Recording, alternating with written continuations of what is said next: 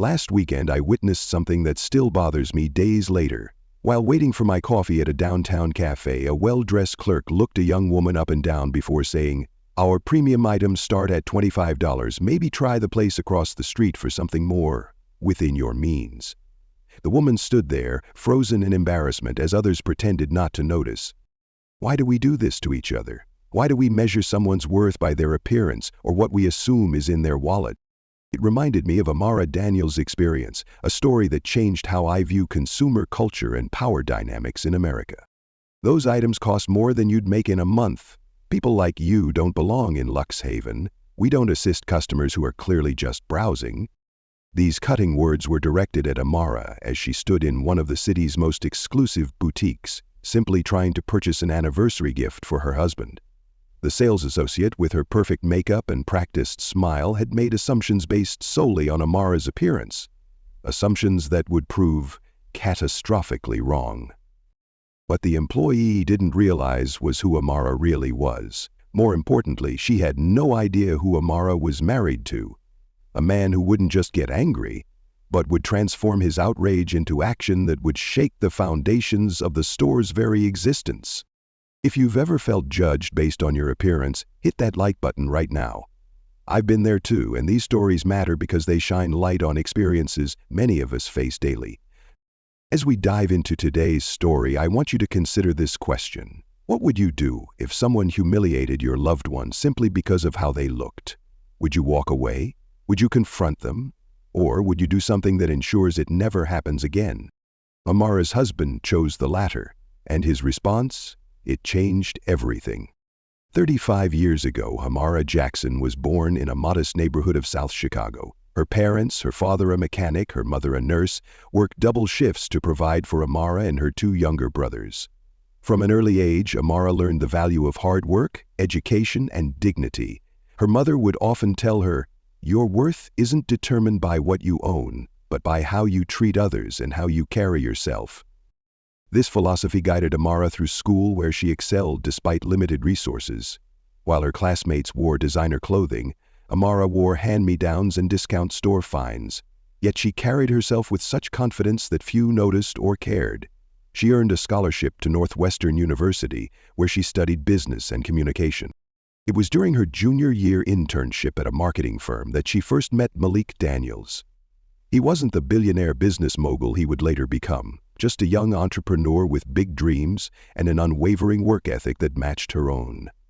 Their first conversation lasted 5 hours, continuing long after the networking event where they'd met had ended. "I knew she was special," Malik would later tell friends, "not because of her beauty, though she has that in abundance. It was her mind, her vision, her ability to see possibilities where others saw obstacles." For Amara, Malik represented something she'd rarely encountered, someone who saw her completely, without preconceptions or judgments. "He never once asked what my parents did or where I came from," she once shared in an interview. "He asked what I thought, what I dreamed about, what I wanted to build." Their courtship wasn't filled with expensive gifts or lavish dates. Instead, they bonded over community service projects, business plans sketched on coffee shop napkins, and long walks discussing how they might someday change their corner of the world. When they married 3 years later, Malik's first business venture had just secured major funding. Amara had risen to management at her marketing firm, but left to help build their shared vision. Together, they transformed Malik's tech startup into a revolutionary company that provided affordable internet access to underserved communities. 10 years of strategic growth later, their company MDA Technologies had become a billion-dollar enterprise. Yet, despite their wealth, both Amara and Malik lived relatively simply. They donated generously to educational causes and remained connected to their roots. Which brings us to that fateful day at the luxury store. Their 15th anniversary approached, and Amara wanted something special for Malik. He still wore the simple watch she'd given him when they first married, a timepiece that had seen better days. She'd researched for weeks before selecting the perfect replacement, a handcrafted watch from the exclusive collection at Luxhaven. She entered the store not as Amara Daniels, wife of billionaire Malik Daniels, but simply as herself, a woman on a mission to find the perfect gift for the man she loved. If you believe everyone deserves to be treated with dignity regardless of appearance or perceived status, hit subscribe now to hear more stories of triumph against discrimination. These narratives matter. They change how we see each other and ourselves. The glass doors of Lux Haven parted with a soft whoosh as Amara stepped inside. The boutique smelled of leather and expensive perfume, its interior a study in understated opulence. Marble floors, crystal chandeliers, and glass display cases that gleamed under strategic lighting. Soft classical music played overhead, creating an atmosphere of exclusivity and refinement. Amara felt a flutter of excitement. In 15 years, she'd purchased plenty of gifts for Malik, but this would be special. A symbol of their journey together, from struggling students to successful entrepreneurs. She'd researched extensively before choosing this particular watch from Luxhaven's limited Chronos collection. "May I help you find something?" The voice was cool, professional, but with an undercurrent that made Amara glance up sharply. The woman who approached wore a sleek black dress, her blonde hair pulled into a tight bun. Her name tag read, Evelyn Grant, Senior Sales Director. Her smile didn't reach her eyes, which moved critically over Amara's simple attire. Dark jeans, a cream blouse, and a burgundy blazer. No designer labels, no flashy accessories. "Yes, thank you," Amara replied warmly, maintaining the smile her mother had taught her to wear in all circumstances. "I'm interested in seeing the Chronos collection, specifically the Celestial model." Evelyn's expression flickered briefly. "I see. The Chronos collection is our most exclusive line." She emphasized the word exclusive in a way that suggested Amara might not understand its meaning or its price point. "I'm aware," Amara replied evenly. "I've done my research." "Of course." Evelyn's tone shifted to one of practiced patience, as if speaking to a child.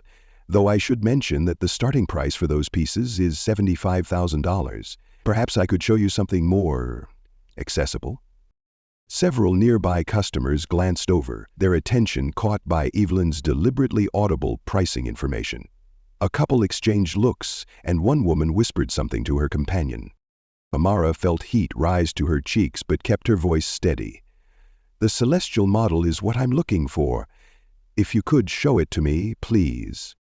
Evelyn's mouth tightened almost imperceptibly. "Very well. I'll need to see some verification of funds before I retrieve it from our vault. Store policy for items of this caliber." Verification of funds?" Amara echoed, confusion giving way to understanding. "You want me to prove I can afford it before you'll show it to me?" "It saves time for everyone involved," Evelyn explained with practiced smoothness. "We've had incidents of people wasting our specialist's time with no intention to purchase." By now, other customers were openly watching. Amara felt her heart drumming against her ribs, caught between humiliation and anger. She'd experienced this before, the subtle and not-so-subtle discriminations, but it never got easier. "That's strange," Amara said, keeping her voice level. "I don't recall seeing that policy posted anywhere." "It's at management's discretion," Evelyn countered, her tone hardening. "Now, if you'd like to provide verification, I'd be happy to assist. Otherwise—" "Excuse me," a younger woman in the same black uniform stepped forward. Her name tag read Sophia Jackson. Her hands trembled slightly, but her eyes were direct and clear. "Ms. Grant, there's no such policy. I'd be happy to assist this customer with the Chronos collection." Evelyn's eyes flashed. "Sophia, I'm handling this. Please return to inventory." "But this customer," Sophia began. "Now," Evelyn snapped, turning back to Amara with a tight smile. "As I was saying, without verification I can't retrieve our high-value pieces. Perhaps you might want to browse our discount section near the back." The silence that followed felt heavy. Other customers pretended sudden interest in nearby displays, though their body language betrayed their continued attention to the unfolding drama. "I'd like to speak with your manager," Amara said finally. "Our manager is off-site today," Evelyn replied too quickly. "I'm the senior person present, and I'm afraid I'm going to have to ask you to lower your voice or leave." "Lower my voice?" Amara hadn't raised it at all. "I won't have a scene in this establishment," Evelyn continued, gesturing subtly to a security guard who had materialized nearby. "If you continue to be disruptive—" "Disruptive?" Amara looked around at the watching faces, some embarrassed, some curious, some deliberately averting their eyes. She understood exactly what was happening. Sophia took a half-step forward. "Ms. Grant, she hasn't done anything." "More word and you're fired," Evelyn hissed without looking at her. The security guard approached. "Is there a problem here?" Evelyn sighed dramatically. "This woman is becoming aggressive after being informed about our policies."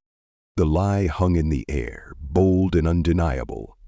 Amara looked at the faces around her, at Eveline's smug certainty, at Sophia's helpless frustration, at the guard's professional neutrality hiding presumptions already formed.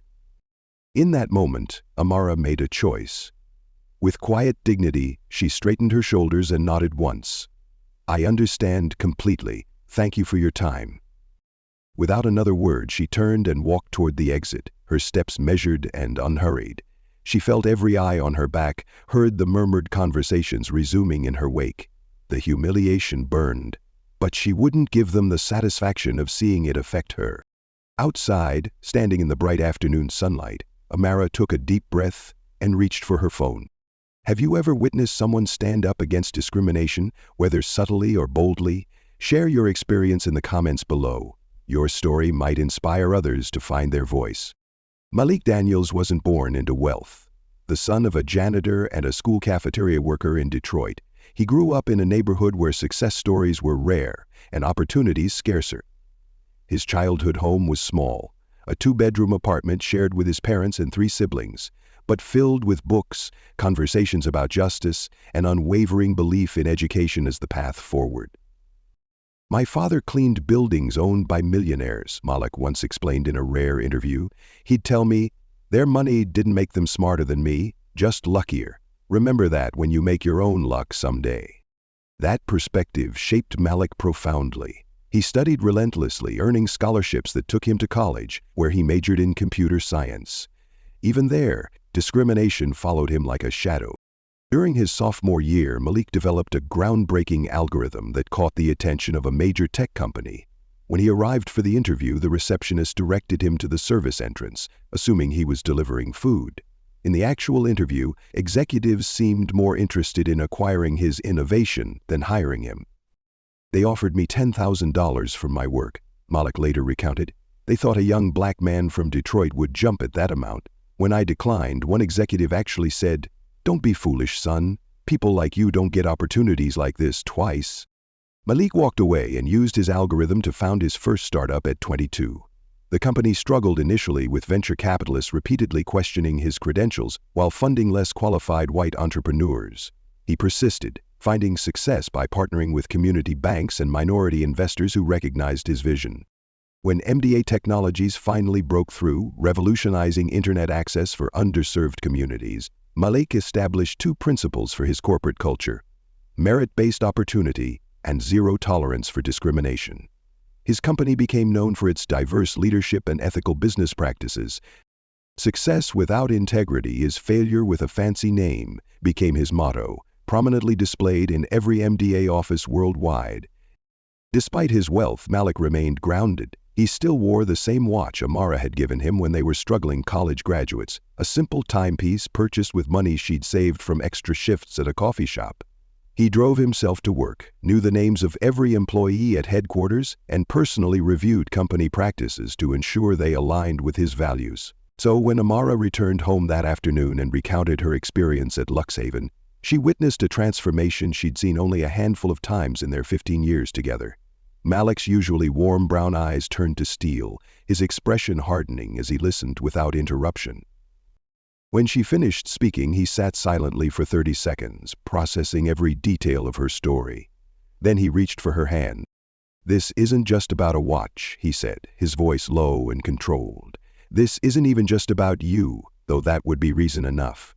This is about every person who's been made to feel small because of how they look or what someone assumes about their bank account." He stood up, already reaching for his phone. "What are you going to do?" Amara asked. "First, I'm going to find out who owns Luxhaven," he replied, his tone matter-of-fact. "Then, I'm going to make sure what happened to you never happens to anyone else in that store again." Amara knew that tone. In 15 years of marriage, she'd learned that Malik's quiet anger was far more consequential than shouting could ever be. He didn't rage or threaten. He solved problems permanently and systematically. Within an hour, he had assembled his most trusted team members. By midnight, he had a comprehensive plan. If this story resonates with you, please share it with someone who needs to hear it. Sometimes the most powerful response to discrimination isn't loud confrontation, but strategic action that creates lasting change. Malik's office transformed into a command center by morning. His chief legal counsel, Darren Washington, arrived first, followed by Maya Rodriguez, head of corporate acquisitions, and Jason Kim, Malik's top investigator. They gathered around the conference table, screens displaying financial records, ownership structures, and social media data about Lux Haven. The store is owned by Pinnacle Luxury Group, Jason explained, swiping through corporate documents. They own 8 high-end boutiques across the country. Financials show they're cash-rich but over-leveraged after a recent expansion. Malik nodded, absorbing the information.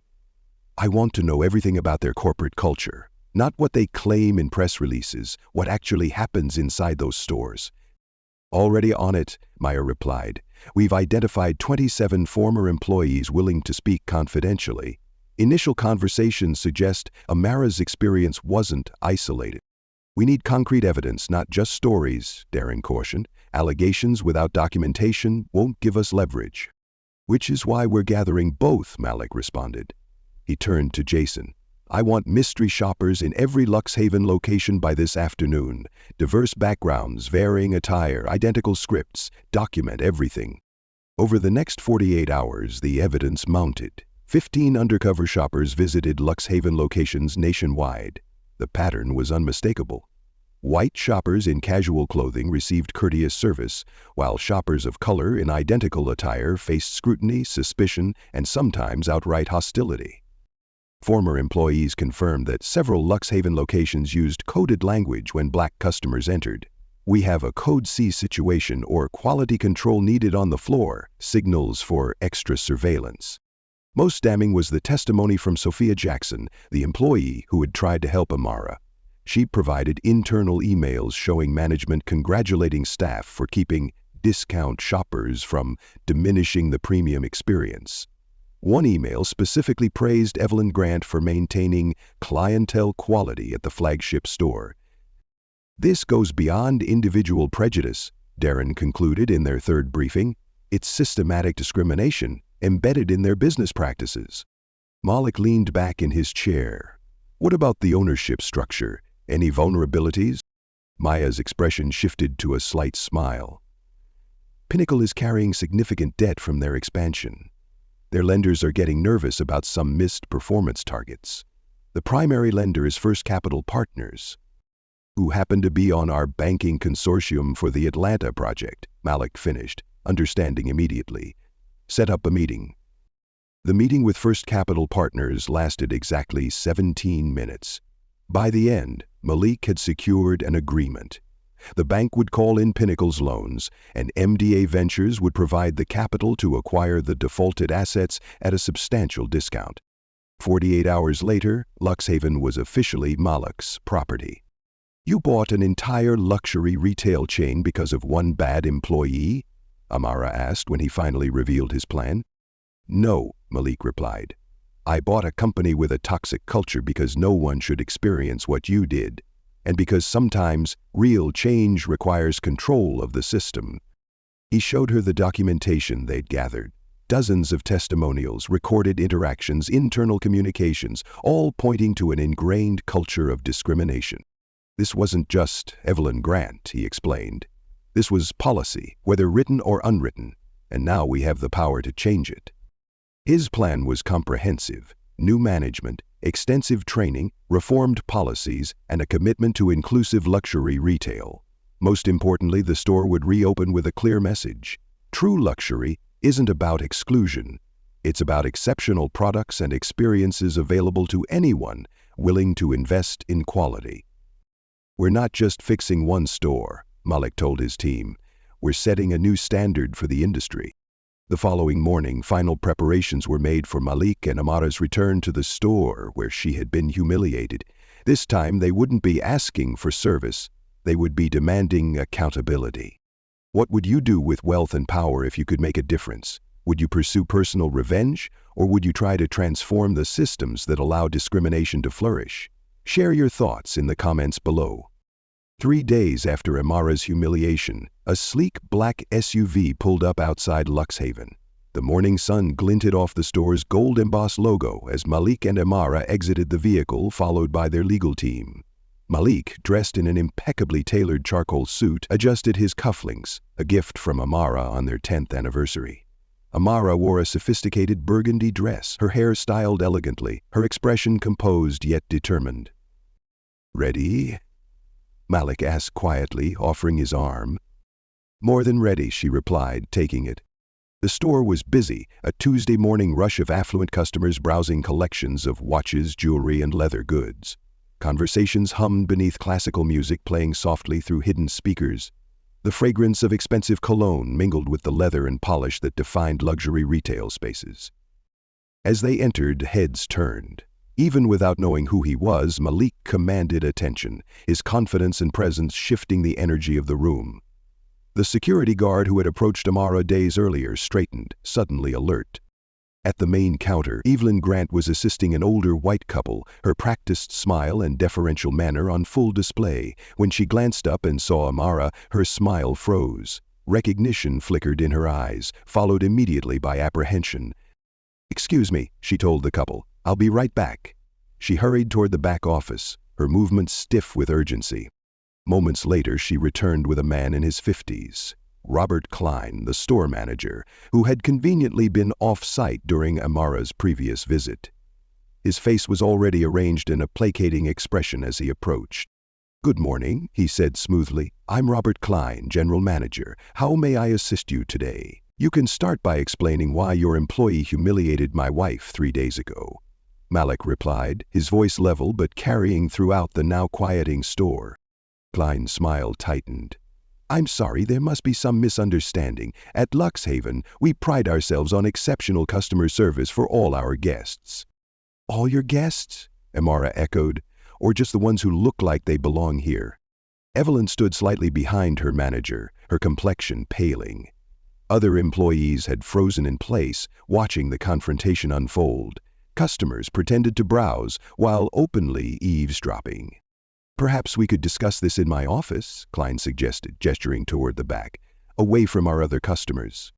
"No," Malik said firmly. "What happened to my wife happened right here in front of everyone, so this conversation happens here too." He turned slightly, addressing the store at large. 3 days ago, my wife came here to purchase a watch from your Chronos collection, a $75,000 anniversary gift. Instead of service, she received suspicion. Instead of respect, she received humiliation. Klein attempted to interrupt, but Malik continued, his voice gaining intensity without raising in volume. "Your employee," he nodded toward Evelyn, who seemed to shrink beneath his gaze, "demanded proof of her ability to pay before even showing her the product. When questioned, she claimed it was store policy. When another employee correctly stated no such policy existed, she threatened termination." By now, every conversation in the store had ceased. The silence was absolute. "Mr. Daniels," Klein began, recognition finally dawning on his face, "I assure you this is not how we operate. Ms. Grant clearly made a serious error in judgment, and we—" "This wasn't an error in judgment," Malik cut in. "Our investigation shows this is exactly how you operate. We have testimonials from 27 former employees and documentation of systematic discrimination at this location and others in your company." "Your investigation?" Klein repeated, confusion crossing his features. "Yes," Malik replied, "my investigation, which is my right as the new owner of this establishment." The statement landed like a thunderclap. Gasps rippled through the store. Evelyn's face drained completely of color. Klein's mouth opened, then closed without sound. "As of 9 o'clock this morning," Malik continued, "Luxhaven and all Pinnacle Luxury Group properties were acquired by MDA Ventures. My first act as owner is this: Luxhaven is closed effective immediately." He turned to address the stunned customers. "We apologize for the inconvenience, but we ask that you complete your purchases within the next 30 minutes. This location will remain closed for 2 months for restructuring and retraining." A young sales associate dropped a display box. The clatter seemed to break the spell of silence, and murmurs swept through the store. "You can't just," Klein began. "I can and I have," Malik interrupted. "You'll find the official documentation has already been delivered to your corporate offices. Security personnel from MDA are currently changing the locks at all locations." He turned to Evelyn, whose hands were visibly trembling. "Ms. Grant, your employment is terminated, effective immediately. Please collect your personal belongings and exit the building." The mixture of shock, disbelief, and dawning comprehension on her face captured precisely what justice looked like in that moment. Comment below if you believe wealth comes with responsibility. Does financial power create an obligation to address injustice when you encounter it? What would you have done in Malik's position? The press conference held outside Luxhaven 2 weeks later attracted media from across the country. Business reporters, social commentators, and fashion journalists gathered as Malik and Amara stood before a forest of microphones. Behind them, the store's facade was covered with elegant black draping, bearing the message, "Reopening soon, luxury for all who appreciate it." "Today we're announcing not just a rebranding, but a reimagining of what luxury retail can be," Malik began. "Exclusivity based on quality and craftsmanship? Absolutely. Exclusivity based on prejudice and discrimination? Never again." The announcement sparked immediate debate across social media platforms. Some praised the move as bold corporate accountability, others dismissed it as virtue signaling. But, as details of the investigation emerged, complete with testimonials and documentation, public opinion shifted decisively in favor of the Daniels approach. "What impressed me wasn't just that they bought the company," noted one retail analyst on a financial news program. "It's that they're transforming it from within, rather than simply replacing the nameplate." That transformation began with comprehensive policy changes. The new employee handbook explicitly prohibited discriminatory practices, with clear channels for reporting violations. Customer service protocols eliminated subjective qualifying of shoppers. Most significantly, compensation structures changed to reward sales associates for customer satisfaction rather than solely for revenue generation. The staff changes were equally substantial. While most employees were retained and retrained, management at all 8 locations was restructured. The corporate diversity officer was elevated to executive status with actual decision-making authority, and Robert Klein, the manager who had enabled discriminatory practices, he was offered a choice: demotion to sales associate with required equity training, or resignation. He chose the latter. For Evelyn Grant, the aftermath proved complicated. Initially, she retreated from public view, humiliated by her sudden dismissal and the media coverage that followed. Job applications went unanswered as her name became synonymous with retail discrimination. 6 weeks after her termination, she posted a public apology video that went viral, not for its polish, but for its raw honesty. "I've spent weeks reflecting on my actions," she said, visibly uncomfortable before the camera. "I carried biases I didn't want to acknowledge. I judged people based on appearance while telling myself I was maintaining standards. I was wrong, and I'm truly sorry." The video reached Amara, who watched it thoughtfully before forwarding it to Malik with a simple message: "What do you think about second chances?" Their discussion led to an unexpected development. 3 months after the incident, Evelyn was hired by the Daniels Foundation, not in customer service, but in their new retail equity program, where her first-hand experience with bias became a powerful teaching tool for other luxury retailers. "Redemption isn't about erasing mistakes," Amara explained when questioned about the controversial hiring. "It's about learning from them and helping others avoid the same pitfalls." Meanwhile, Sophia Jackson, the associate who had stood up for Amara, was promoted to assistant manager when the store reopened. Her training program for identifying and addressing unconscious bias in luxury retail settings became mandatory for all employees across the company. Sophia's intervention that day wasn't just good ethics, Malik noted at the reopening ceremony. It was good business. Integrity and inclusion aren't just moral imperatives, they're competitive advantages. The renovated Luxhaven reopened exactly 60 days after closing, with a line of customers extending around the block. The interior had been redesigned to be both luxurious and welcoming. Gone were the intimidating security guards and locked display cases. Instead, beautifully crafted items were showcased with information about their creators and craftsmanship. The focus had shifted from exclusivity to appreciation of artistry and quality. Most telling was the new tagline engraved on the wall behind the main counter. True luxury doesn't discriminate, it elevates. Is forgiveness necessary for true justice?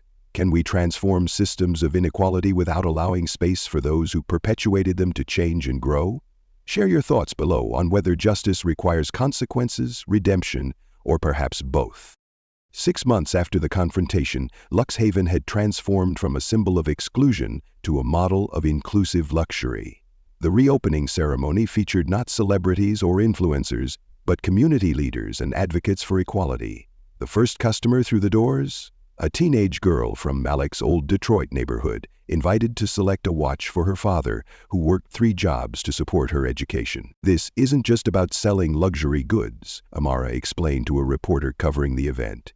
It's about redefining what luxury means. Craftsmanship and quality should be accessible to anyone who values them, regardless of appearance, background, or assumptions about their wealth. The ripple effect spread quickly throughout the luxury retail sector. Within months, 3 competing high-end retailers announced comprehensive reviews of their customer service policies. 2 others implemented anonymous shopping programs to identify potential discrimination. The industry magazine Luxury Market Quarterly devoted an entire issue to inclusive retail practices, featuring Luxhaven's transformation as its cover story. The most significant change wasn't the policies, noted one industry consultant. It was proving that inclusion and luxury aren't contradictory values, they're complementary ones. Daniel showed that addressing discrimination isn't just ethically right, it's profitable. Indeed, Luxhaven's sales increased by 32% in the first quarter after reopening. Customer reviews consistently mentioned the welcoming atmosphere alongside praise for product quality. For Malik and Amara, the experience reinforced lessons about power and responsibility that had guided their lives from the beginning. Wealth without purpose is just accumulation, Malik reflected during a university commencement address. True wealth lies in the ability to create positive change. Everyone has that wealth in some form, whether it's money, position, voice, or simply the courage to speak up when others remain silent. On their 16th anniversary, Amara finally presented Malik with his gift. Not a watch from Luxhaven's original collection, but the first piece from the store's new legacy line, designed by a collective of artisans from underrepresented communities. Engraved on the back was a simple message: "Time reveals character." "What happened that day changed me," Amara admitted during a quiet dinner celebration. "I've always been proud of what we've built, but seeing how you channeled anger into meaningful change instead of simple revenge, that reminded me why I fell in love with you." Malik smiled, taking her hand. "You were the one who suggested giving Evelyn a second chance. That taught me something too, that transformation isn't just about systems, it's about people." In the year following, Luxhaven's transformation became a case study in business schools nationwide. The Daniels Foundation established a retail equity certification program that became the gold standard for the industry. And Amara and Malik continued their work, recognizing that one victory doesn't end systemic inequality, but it can help chart the path forward. If this story touched you, subscribe for more powerful narratives about overcoming injustice. These aren't just stories, they're blueprints for change in our communities and beyond. How can we all use whatever privilege we have to stand against discrimination? Whether it's wealth, education, social position, or simply being willing to speak up, we each have power we can leverage for positive change. What will you do with yours?